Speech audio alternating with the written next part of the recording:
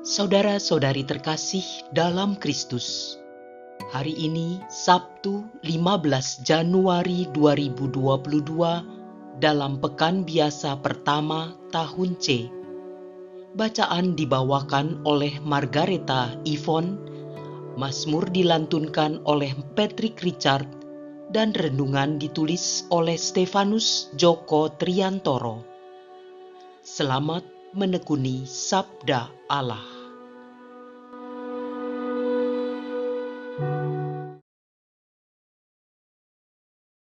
Bacaan dari Kitab Pertama Samuel, bab 9, ayat 1 sampai dengan 4, ayat 17 sampai dengan 19, dilanjutkan bab 10, ayat 1a. Ada seorang dari daerah Benyamin, namanya Kis bin Abiel bin Seror bin Bekorat bin Afiah. Ia seorang suku Benyamin, seorang yang berada. Orang ini punya anak laki-laki namanya Saul, seorang muda yang elok rupanya. Tidak seorang pun dari antara orang Israel lebih elok daripadanya. Ia lebih tinggi daripada setiap orang sebangsanya dari bahu ke atas. Kis, ayah Saul itu, kehilangan keledai-keledai betinanya.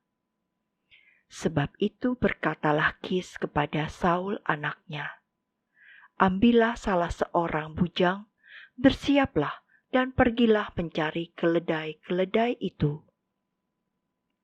Lalu mereka menjelajah pegunungan Efraim, juga mereka menjelajah tanah Sahalim, tetapi keledai-keledai itu tidak ada. Kemudian mereka menjelajah tanah Benyamin, tetapi tidak menemuinya. Ketika Samuel melihat Saul yang datang minta petunjuk, bersabdalah Tuhan kepada Samuel, "Samuel, inilah orang yang kusebutkan kepadamu itu. Inilah orang yang akan memegang tampuk pemerintahan atas umatku." Sementara itu Saul datang mendekati Samuel di tengah pintu gerbang dan berkata, "Maaf, di mana rumah pelihat itu?" Jawab Samuel kepada Saul, katanya, "Akulah pelihat itu. Naiklah mendahului aku ke bukit.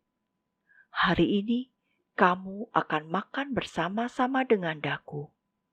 Besok pagi aku membiarkan engkau pergi, dan kemudian aku akan memberitahukan kepadamu segala sesuatu yang ada dalam hatimu." Maka keesokan harinya Samuel mengambil buli-buli berisi minyak, dituangnyalah ke atas kepala Saul. Diciumnyalah dia sambil berkata, "Sungguh, Tuhan telah mengerapi engkau menjadi raja atas umatnya Israel.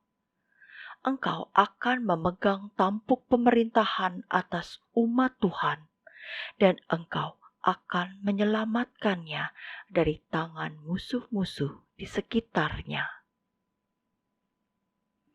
Demikianlah sabda Tuhan.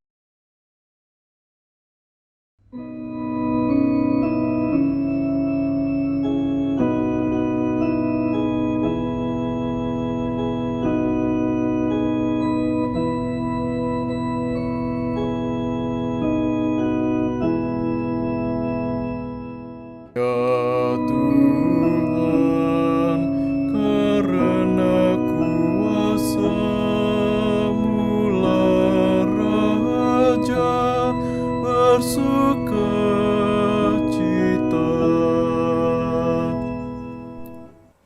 Tuhan, karena kuasa-Mu lah Raja bersukacita. Betapa girang hatinya karena kemenangan yang Kau berikan. Apa yang menjadi keinginan hatinya telah kau karuniakan, dan permintaan bibirnya tidak kau tolak. Ya Tuhan, karena kuasa-Mu lah Raja bersukacita. Sebab Engkau menyambut dia dengan berkat melimpah. Engkau menaruh mahkota dari emas tua di atas kepalanya. Hidup dimintanya daripadamu, dan Engkau memberikannya umur panjang untuk selama-lamanya. Ya Tuhan, karena kuasa-Mu lah Raja bersukacita. Besarlah kemuliaannya karena kemenangan yang kau berikan. Keagungan dan semara kau karuniakan kepadanya. Engkau membuat dia menjadi berkat abadi. Engkau memenuhi dia dengan sukacita di hadapan-Mu. Ya Tuhan, karena kuasa-Mu lah Raja bersukacita.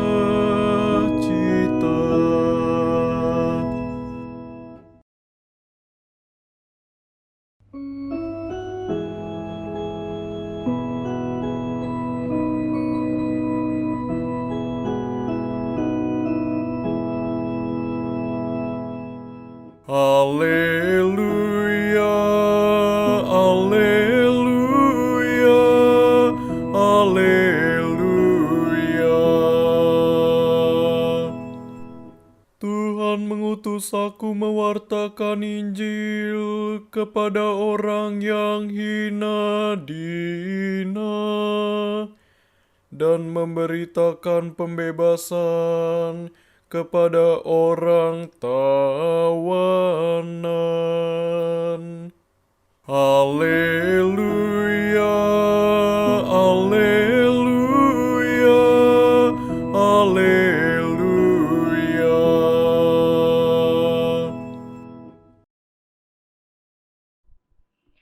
Inilah Injil suci menurut Markus, bab 2 ayat 13 sampai dengan 17.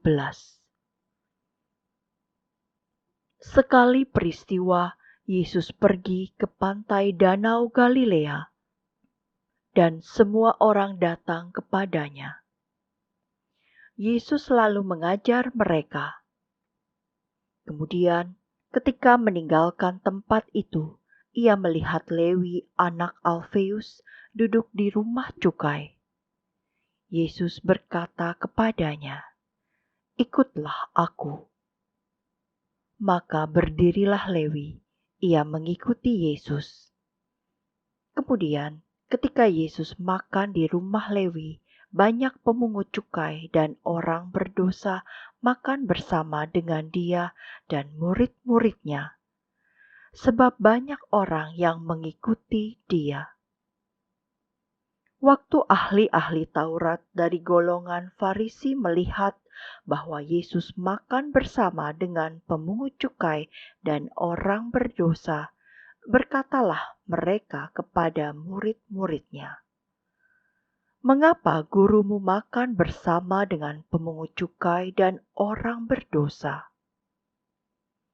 Yesus mendengar pertanyaan itu dan berkata kepada mereka, "Bukan orang sehat yang memerlukan tabib, tetapi orang sakit.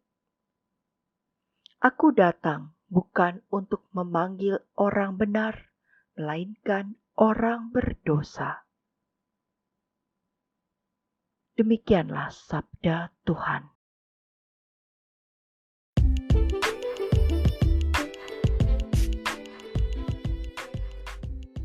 Mengasihi sesama seperti Allah mengasihi kita.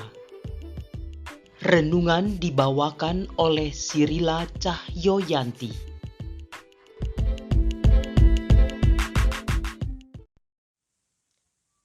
Bapak, Ibu, saudara-saudari yang dikasihi Tuhan Yesus Kristus.